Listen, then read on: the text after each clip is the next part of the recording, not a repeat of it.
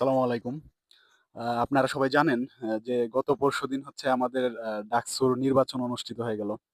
এবং সেই নির্বাচনে আ আমার কাছে মনে হয়েছে যে বিশ্ববিদ্যালয়ের কর্তৃপক্ষ অনেকটাই পক্ষপাত এবং হচ্ছে ভোট কারচুপির মাধ্যমেই নির্বাচিত হয়েছে বাংলাদেশ ছাত্র শিবিরের যে প্যানেল ছিল সেই প্যানেল।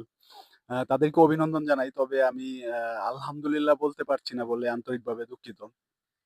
তবে আমি স্যালুট জানাই বাংলাদেশ জাতীয়তাবাদী ছাত্রদলের হয়ে যারা আ লড়াই করেছেন। আ তারা চাইলেই যেহেতু তারা বাংলাদেশের সবচেয়ে শক্তিশালী রাজনৈতিক সংগঠন। তারা চাইলেই এমন কোনো পরিবেশ তৈরি করতে পারত, আ প্রতিবাদ করতে পারত। যেটা করলে হয়তো বিশ্ববিদ্যালয় ক্যাম্পাসের বাজে একটা পরিবেশ তৈরি হতো।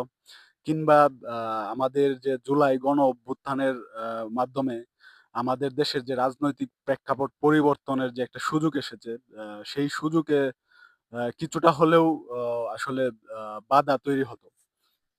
তো এইজন্য আমি মনে করি তারা যে ত্যাগটুকু স্বীকার করেছেন, তারা যে স্যাক্রিফাইস টুকু করেছেন, তাদের প্রতি আ একটা সেলুট দেওয়াই যায়।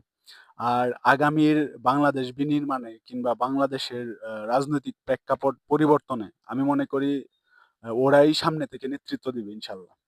অসংখ্য ধন্যবাদ সবাইকে। আসসালামু আলাইকুম।